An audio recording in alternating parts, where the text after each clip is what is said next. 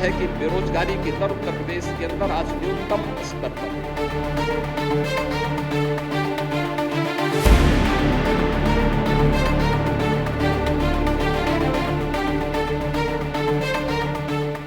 योगी आदित्यनाथ जब बोलते हैं बेबाक बोलते हैं, वो सदन हो, रोड शो, रैली हो या फिर वो मीडिया के सामने अपनी कोई बात रख रहे हो। यही कारण है कि उनके विरोधी उन्हें खास पसंद नहीं करते, क्योंकि कहीं भी वो विरोधियों के धागे खोलने में कोई कोर कसर नहीं छोड़ते। अभी पिछले दिनों जो रौद्र रूप योगी का विधानसभा में देखने को मिला था, योगी का वही अंदाज आज भी जारी है। हर बार की तरह योगी ने एक बार फिर से अखिलेश के शासन की धज्जियां उड़ाकर रख दी। बताया कि युवाओं को रोजगार देने के नाम पर कैसे अखिलेश और शिवपाल वसूली का कारोबार किया करते थे।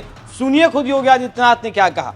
ये नियुक्ति पत्र उन्हें वितरित किए जा रहे हैं और इन युवाओं ने अपनी मेहनत से कार्य किया है, उसका परिणाम इनके सामने है। एक भी व्यक्ति ने, उसके परिवार के किसी सदस्य ने किसी से सिफारिश नहीं की होगी और न कहीं किसी प्रकार का कोई लेन देन किया होगा। क्या 2017 के पहले ये संभव था? कतई नहीं था, क्योंकि 17 के पहले तो चाचा और भतीजे में ही होड़ लग जाती थी कि कौन कहां से कितना वसूली कर ले। ये होड़ का जो सिलसिला चलता था, कहां पहुंचा दिया था? उत्तर प्रदेश को किस रसातल पर पहुंचा दिया था। कोई भर्ती ऐसी नहीं थी जिसकी जांच न हो रही हो। कोई भर्ती ऐसी नहीं थी जिस भर्ती में न्यायालय को हस्तक्षेप न करना पड़ा हो। कोई भी ऐसी प्रक्रिया नहीं इन्होंने अपनाई थी जिसमें कहीं पारदर्शिता और निष्पक्षता दिखाई देती हो।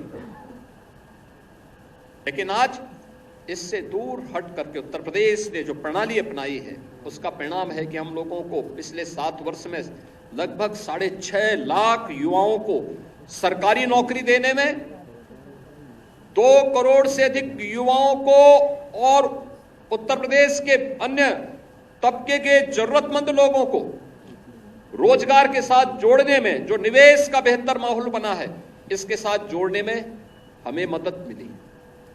और आज इसी का परिणाम है कि बेरोजगारी की दर उत्तर प्रदेश के अंदर आज न्यूनतम स्तर पर।